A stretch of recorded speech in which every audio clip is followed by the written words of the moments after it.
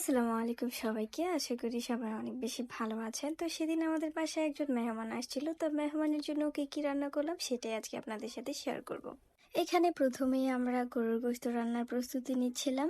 যেহেতু গরুর গোশতটা আমরা প্রেসার কুকারে রান্না করব, এই জন্য প্রয়োজনীয় সকল মশলা দিয়ে তেল দিয়ে এটাকে ভালোভাবে প্রথমে মাখিয়ে রেখে দিতে হবে একটা সাইডে সুন্দর করে। আর আমার আম্মু বলে মাখানোটা এত সুন্দর করে মাখতে হবে যেন অর্ধেকটা রান্না মাখানোতেই হয়ে যায়। তারপর গোশতটাকে আমরা সুন্দর করে প্রেসার কুকারে দিয়ে দিব এবং পরিমাণ মতো পানি দিয়ে ঢাকনা দিয়ে ঢেকে ৮টা সিটি পর্যন্ত রান্না করলেই গরুর গোশত খুব সুন্দরভাবে হয়ে যায়। এই যে আমাদের গরুর গোশতটা। অপর পাশে রান্না করা হচ্ছিল মাছ আর ডিম কষানো। যদিও এগুলো খুবই বেসিক রান্না, এগুলোতে রেসিপি দেওয়ার মতো তেমন কোনো বিষয় নেই।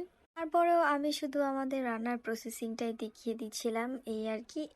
আমাদের ডিম কষানো মোটামুটি শেষ। তারপর আমরা চলে গেলাম মুরগির মাংস রান্না করাতে। তো প্রথমেই কড়াইয়ে তেল দিয়ে পেঁয়াজগুলো ভালোভাবে ব্রাউন করে ভেজে নিতে হবে আর প্রয়োজনীয় মশলাগুলো দিয়ে দিতে হবে। যদিও রান্নাটা আম্মু করছে, আমি ভিডিও করছি বলে আম্মু আমার জন্য আস্তে করে সব কিছু দিচ্ছিল যেন ভিডিওতে সুন্দর করে দেখা যায়। তারপরে সব মশলা দিয়ে ভালোভাবে কষিয়ে নিতে হবে। আমি আগেও বলেছি এটা খুবই বেসিক রান্না, আসলে রেসিপি দেওয়ার মতো তেমন কিছু নেই। তারপরে সুন্দর করে মুরগির গোশগুলো দিয়ে ভালোভাবে নাড়িয়ে মিশিয়ে নিতে হবে। আর আমার আম্মুর হাতের রান্না সবসময় অনেক মজা হয়, সত্যিই অনেক বেশি মজা হয়। তারপর এই যে দেখতেই পাচ্ছেন সুন্দর করে নাড়িয়ে এটাকে ঢাকনা দিয়ে ঢেকে ভালোভাবে রান্না করে নিতে হবে।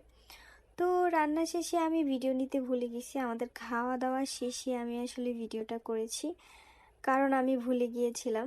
তো দেখতেই পাচ্ছেন আমি শেষে ভিডিওটা করেছি। তো আজকে ছিল এই আমাদের রান্নাবান্নার আয়োজন। আপনাদের কাছে কেমন লেগেছে অবশ্যই জানাতে ভুলবেন না। সবাই ভালো থাকবেন, সুস্থ থাকবেন। আল্লাহ হাফেজ।